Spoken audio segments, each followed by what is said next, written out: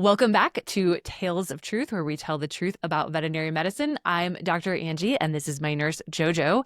And today we are telling the truth about mental health in veterinary medicine. Mm. Hi, JoJo. Hey, juicy topic. Juicy Vulnerable topic. topic. I know. And it might be kind of sad sometimes, but I want everyone that's listening to this that's not in veterinary medicine to understand that we are trying to help you understand what's happening, and maybe you can help us. Mm. We need help. And help can just look like empathy and acknowledgement that this exists, Yes. I think. Yeah, it's a heavy one. We've kind of been in it. Well, first of all, I've been in veterinary medicine almost my entire adult life. Yeah. And I'm not young, for those who cannot see me. I'm approaching 50, so I think I've been doing this like 24 years, veterinary Yeah. medicine. And I think where are you at? How many years in? So I am 18 years past school. Uh-huh. So, then if you put 4 years of veterinary school and then any veterinary work I did before that, Yeah. it's a large number. A And large. Yeah. And you won't find a lot of us no, in this age range, more veterinarians than veterinary nurses. So that's I, true. That's I true. wonder if what we have to share is even more exhaustive because of how many years we've been doing this. I think so. I think veterinary medicine is exhausting. And we think that, when we go into vet school or veterinary nursing school, that you think, oh, I'm going to be able to help animals.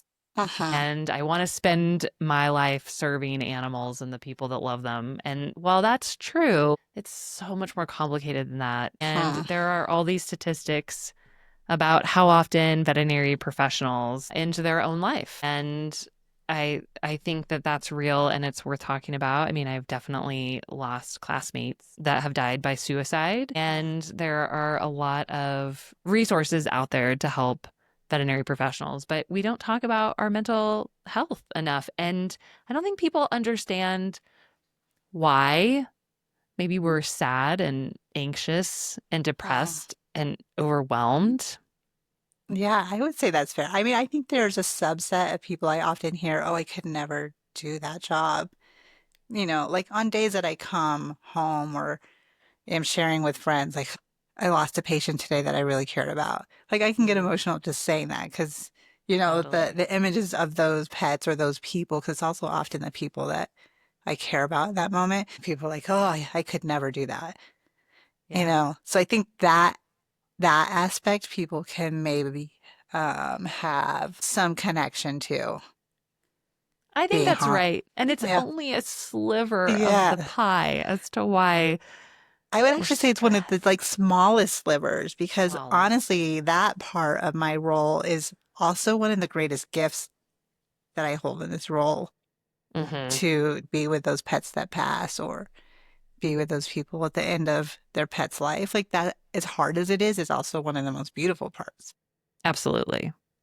Yes. Yeah, but there are a lot of other reasons. And well, let's just start naming them. So we were talking about this before we hit record, and one thing we were talking about was just what it means to be in small business. And most veterinarians are just small business owners. And, so are we. This is a small business. Right now, it's just JoJo and I. We've definitely had other nurses, we've had other employees, virtual assistants, web developers, and we've definitely had ups and downs. And lately, it's been a lot of downs. So it's like even outside of patient care, it's been heavy. Right, because you're not trained as a business owner, right? No, But so many veterinarians, I mean, they should probably put some business training. they do. Do They they? do give us Okay. some. Yeah, Okay. but not like enough. They No, and how could try. it? It's what you would have learned 20 years ago is not what business is today. So I don't know that that would have really been No. beneficial. Like, just so everyone knows, like, JoJo and I are search engine optimization experts. Because we have self-taught ourselves. It has Ugh. been, well, there have been a lot of tears. Tears I've cried in small business, doing the taxes. I'm only laughing And out you were of like, oh, you're knowing. so good at this. You should have been an accountant. I'm like, please don't ever ask me to do this again. She's never asked me to do it again.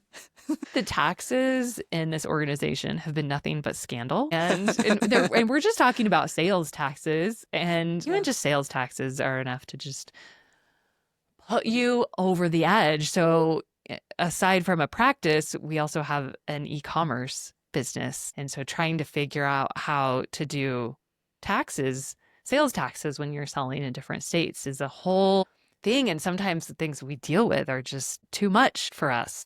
Like when Colorado put in a retail delivery fee that had to be implemented Yeah. on every product that is delivered because you're also a house call vet. So if we Right. delivered it to a house in a car, we also had to tax that. And then like 6 months later, after we implemented everything, they are like, oh, if you make under this amount of money, you no longer have to do it.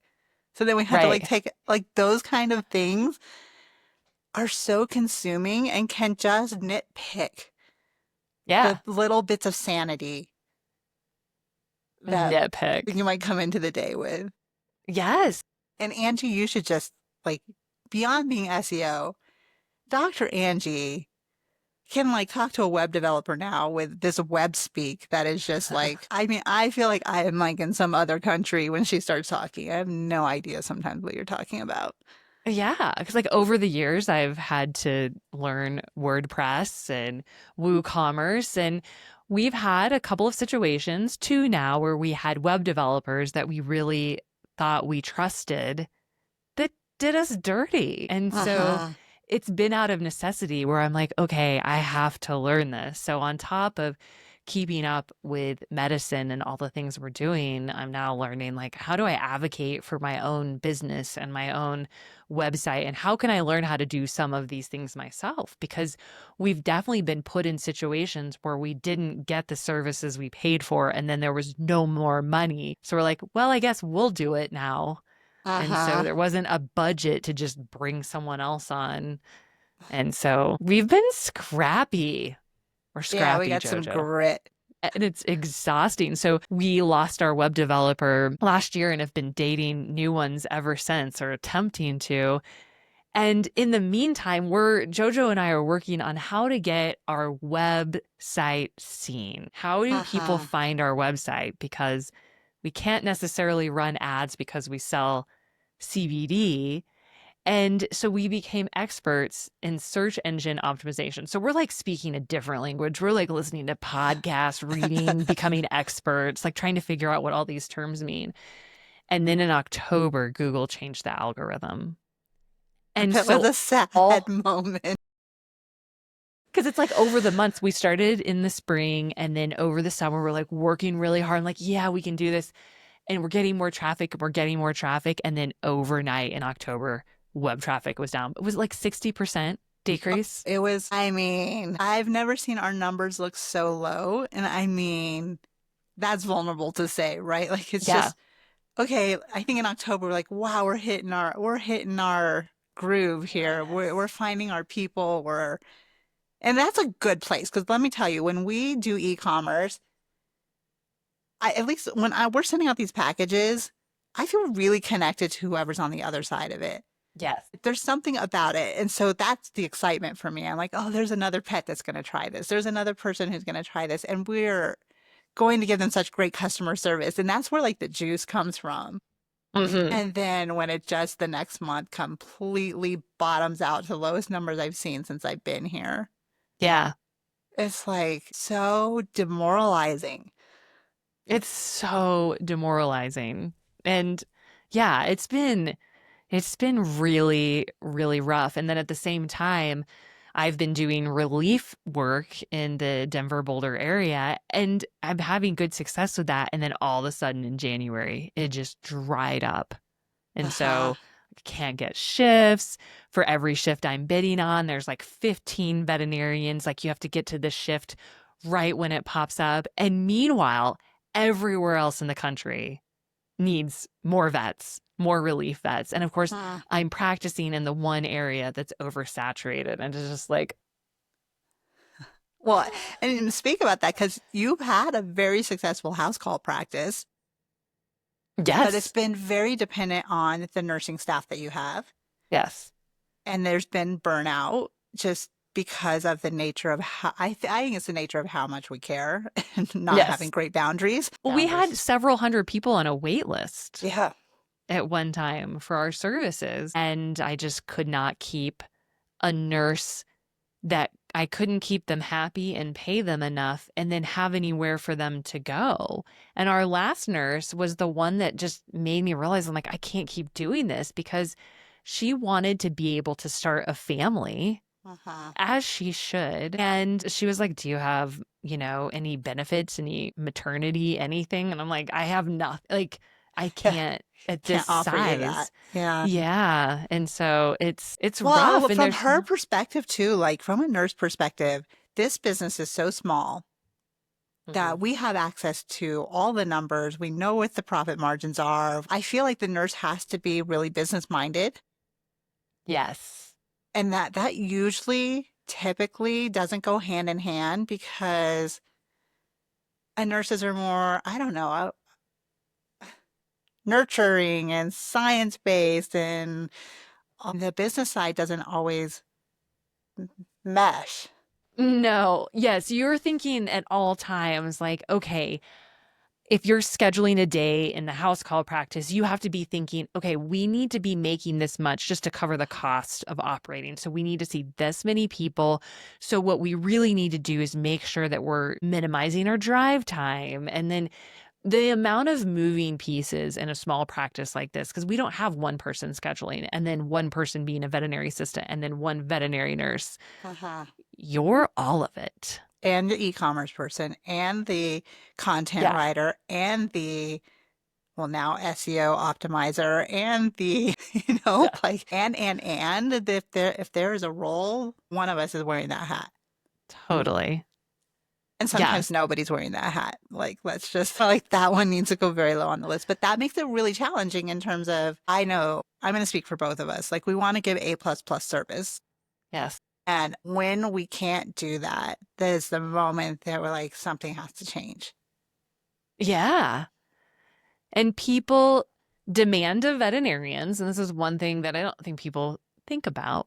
So, for you pet guardians out there, people think that they should have access to their veterinarians in a way they don't have access to their physicians. Mhm. Now, I don't disagree that you should be able to email your veterinarian. Fritz wants to come up on my lap. Just do it. Just come up here. You should be able to email your veterinarian and have these conversations. But at some point, we have to get compensated for it because if every appointment has 10 follow-up emails, then we're spending hours in our email and then we're not making any money, so then we can't pay our staff. And then so it gets to be a little tricky and people just expect to have more access to their veterinarians. And we really struggle with that because we were a very high touch practice. We wanted to be there for you. We wanted you to feel like you were important, like your animal was important to us because they were and are. But actually doing that in a profitable way is so hard. So hard. I mean, I think we did it for a very short period of time where it was profitable, but I think that's also the vulnerable space. I don't know what it's like to be you. I say this often. So like when I'm seeing the numbers in a certain place, I'm like, okay, like, but it could be vulnerable and like, oh no, is there space for me? Or like, Right. but I think you and I have always had a really open dialogue about those things. It's just like, what do we need to do? So when November and December happen and those numbers tanked, it's like, okay, and she's going to take some relief work. What Yep. are we going to, how are we going to pivot? And I think it's that constant pivot that Yes. is exhausting as a small business. Yeah, and I think we feel beat up, on March 5th, 2025 as a small business because you and I, we did the pandemic. We Which pivoted. was funny. That's got great stories. Yeah, we have stories. We pivoted in the pandemic and then the town burned down. We pivoted in Well, that, you say the town burned down. Let's just, most listeners don't know this. Dr. Andy's town actually burned down, burned like in a down, fire. like She literally lost burned a down. home. Like it happened. Yeah, like it burned. And then so we pivoted when that happened. And then, you just keep pivoting. And then we had some staff changing. And then we're constantly pivoting. And then we lose our web developer. And then, we have some other stuff happening. And then we come in, and this change of administration has just, I feel like there's always a boot on my neck right now, because every time a new tariff is announced, some people are like, oh my gosh, avocados are going to be more expensive. But all I can think of is like, oh, MWI and Patterson, they're going to send out an email next week telling us that, Well, some didn't even send it out. Like one they did. medication that we order, I don't even know if I should name it. The one medication that we order, Oh, I know what just you're talking like about. all of a sudden I'm like, how is it this much more? Like, are we just, so I had to contact them and like, oh yeah, we just raised the prices and add shipping fees on. And I'm just like, oh, awesome. Yeah. But then the big email that came through, like I presented you with a list of like, here's what we're paying for things now. Here's what it's increasing to. I mean, we must have gone through like 35 regular items that we sell. And Right. we had this discussion of like, we know everybody is struggling Yeah. financially too with all of the cost increases. And that is where that gets so tricky of how do we stay in business and how do we honor like the greater good? Like what is the No, thing? yeah, stresses me out because I'm in business because this is what I love to do, and I really want to be able to take care of everybody, and I Uh-huh. still have to pay my own bills. And so this year, because we didn't raise a lot of our prices last year, we absorbed We didn't. last year. Uh-uh. And so we decided we're absorbing again this year, and we've just asked people that are doing business with us to help us grow the business, because at some point we have to like put our arms around each other and try to get through this together. And I know not every business can do that. And I don't even know that we can do it. When Uh-huh. we send out these like, hey, will you share this with a friend? Will you Yeah. leave us a review? I don't even know if people are going to do it. Well, and I don't we're doing know. that not because we want to be liked. We're doing that because we want to feed our kids. I mean, honestly, it comes down to like, well, we also know we have a great product, but Yeah. it's just stressful. So stress impacts mental health. Stressed. And We're stressed. so many veterinarians are business owners Right. that are And so feeling it. Yeah. yeah, so when Trump does these tariff wars, it's more your pet's care is being affected, everything that they can order. Like, this is going to affect all of literally everything we buy. Yeah. Well, I was thinking like the Chinese herbs that we get, some come from Canadian. Canada, some come from, yeah. Yeah, all of our Chinese herbs are Canadian. I'm just like, oh my, and they're already expensive because they're organic. Yeah. And I'm just like, oh, we don't need them to be. And like we were able to ship to Canada at a point in time. And I was just reading about how that's changing too. And I'm like, we wouldn't even be able to expand in that way. I just thought about that. Yeah, I thought about Yeah. that yesterday. And so, and then when this administration's been really messing with the FDA, USDA, CDC, that's stressing your veterinarian out. Well, because we don't have the answers that we know the questions you're asking about bird flu. And, I don't know, there was just something else recently that in our area, there's like raccoon distemper is You're like in right. abundance right now. And I'm like, where do I find the data? Right. I Okay, know. I'm already like getting all I worked know. up. And wait, there's more. And I want to say that I love what we do. And I love the house call practice, but we just kept redlining it. Oh No my gosh. matter how hard we tried to stack. And I mean, I think when you and I did it, we were efficient, We are so efficient. but also Yeah. it broke me. Like I could never set my phone down, like always on. Like JoJo literally broke one day in June It of did. 2023. I'm glad you know when it is. I don't even know Yeah. like timelines. Yeah. I remember the Yeah. moment that you broke. Yeah. I don't know because I was still in my broken. Yeah. You were like, I don't So, know. so I You're like, I'm did. still around, just broken. Yeah, no, I mean, because we also have lives and people in our lives. And, Yeah. I'm a mom of four boys and two of them with special needs. And my youngest was having severe mental health crisis where we didn't know if he was going to survive that. Yeah. And it broke me at some point. I'm like, I don't know how to keep putting one foot in front of the other. I just don't. I know. I know. I've since been through a divorce, nasty custody battles. Like, Yeah, it's just, yeah, dated some real losers, JoJo. I know. I know. Uh, I know. It yeah. affects your mental health. Stay And there's single. only so much Stay like good single. music that can get you through the day. Like I know.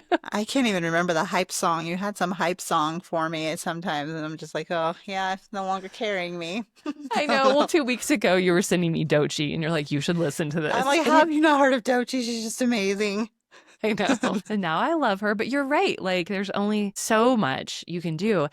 And what I love about this conversation is I want everyone to note that we haven't even actually talked about the practice of medicine. We Yeah. haven't talked about how many people have unrealistic expectations of veterinarians, how many people are charged. They're in some of their worst moments of their life, scariest moments of their life, Uh-huh. and we're suddenly responsible for it.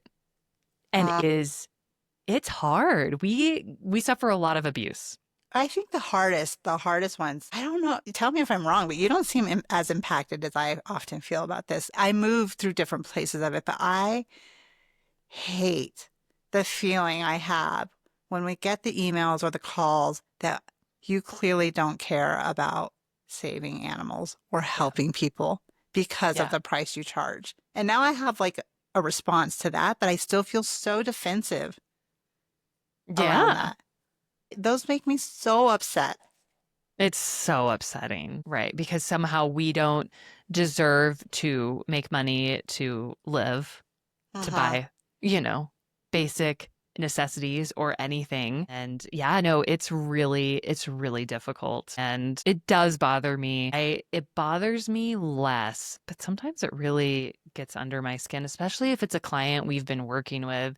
Like I know recently, we won't name anybody, but someone was like, "Well, your expenses can't be that high." And I just think, "Well, Uh, you don't know what my expenses." you have Like, no overhead.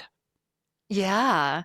I was like, It's like, oh, what do that's you not true. Just because we don't have a brick and mortar. Right. We have a lot of overhead, so I think yeah, it's frustrating. And I know people are saying that because they're feeling scared and they're feeling helpless. But veterinarians are just people. Veterinary nurses are just people. And we have our breaking point and to the point where you're just like, I don't want to do this anymore.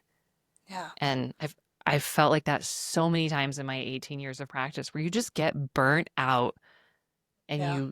you care so much that you just can't even care anymore. It's that you care so much. That's true. That's what kept Yeah. me from setting my phone down in the evening, like responding to clients in the evening. And I realized that this is not the right word.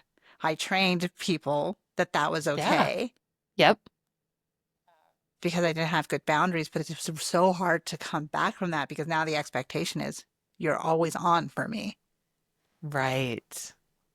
Yeah. And we want to be there for people in their time of need, but oh gosh, it's too much because we're struggling and we're Yeah. trying to keep up and we're just human. Yeah. Who really do care. The We truth is really we do. do. And so my new response to that is Dr. Angie puts out a lot of free content. I mean, you can catch her on Instagram doing live Q&A. Like you can come with your questions and she's going to be answering them. And to me that feels like a lot of pressure. I'm always amazed that you could just be like, "Yeah, I'll answer these questions." I'm like, "Real time? Okay." Yep. There's blogs, I don't know. There's a lot that's already out there Yeah. that and when I say free, it's actually costing you, right? Like, Yeah, it yeah, is. It's not like free for me to produce that content, right. but it's free for them to consume it. Right. And so Yeah. if you charge $250 for a one-on-one consult, that's to keep our heads above water. Like Yeah. there has to be fees for some things. Right, because we collect those records ahead of time. You read those records to make sure you have everything. And Yeah. then before the consult, I also read those records Yeah. in their entirety. So there is a lot that's happening that people don't realize. So I guess for people that are watching, what would you say they can do to support the veterinary staff for their pets? Just plain and simple kindness. Yeah. Start there. I think that your veterinary nurse is not making much money at all, I promise you. And when I say not much money at all, there are veterinary nurses making less than my kid makes at McDonald's. Like this is the Yes. truth. And most of them have second jobs.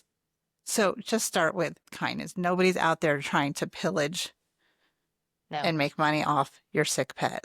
I mean, if No. there is, they're so far between. That would be my first want and ask.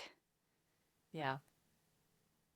And I'm if gonna your second veterinarian that. has a boundary, it's not because they don't want to care for your pet. It's because they have limitations in their energetic resources. That's just, they need time. There's, yeah. I think what people could do is start saying things like adding this to their vocabulary. I have some more questions for Dr. Whoever. I'm Mhm. happy to pay for some of their time. I Like that love has, when those come through. oh, and you're like, yes, okay, great. It's Yeah. not that we are trying to monetize literally everything, but I know I can give that time. I can give my best. I can set that time aside and just really be with them. And so, whether they're in a clinic or whether it's me, when you're just getting some more consultation time, that's amazing. And it Uh-huh. makes us feel so respected, and the boundaries of that are great. And so, I feel like that's always music to our ears. We're like, oh, okay, great. And then if Uh-huh. you can't pay for that time, send your question in. I'll answer it for free on Instagram. And so there are Yeah. ways in which you don't have to pay for my time, but when people do, so offer to pay for your veterinarian's time, even if they don't take you up on it. It goes a long ways. Well, can I add one more to that? Yes.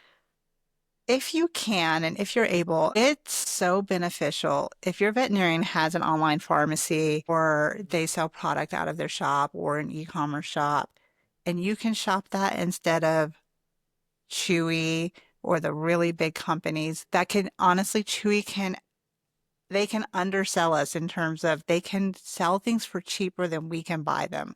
Oh my gosh. And it's Yes. like, it's just destroying small business. Yeah. And I know that Chewy's good for some great things, and I will not say that I've never, but if there is something that you can get from your veterinary practice, that every little bit really helps.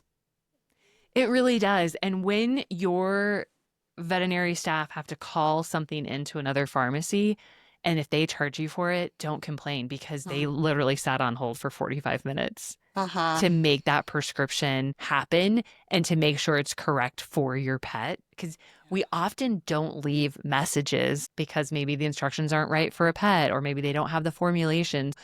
Understand that every time you ask them to call in, and sometimes they will, but when you ask them to do that, that takes up a lot of their time. Or even when we have to put it in the computer and print off the directions instead of dispensing it from the pharmacy, it's just time that we're spending that we're not getting compensated for. So just Yeah. being mindful Those are of that. so, like when I have spent so much time calling something in and then somebody, and I will give that prescription to the person and they'll be like, oh, I just found it's $5 cheaper on Chewy. Like we don't get any kickbacks from Chewy at all. Yeah. So all of that money, it's just lost. So the more Right. you can invest in your personal veterinarian's practice, I think it's really beneficial. Yep. Supporting small business. And Chewy Hmm. is great. Like we have nothing against Yeah, Chewy. that was not a slam against Chewy. It's just No, it does make it more challenging for us. absolutely. Yes. Okay.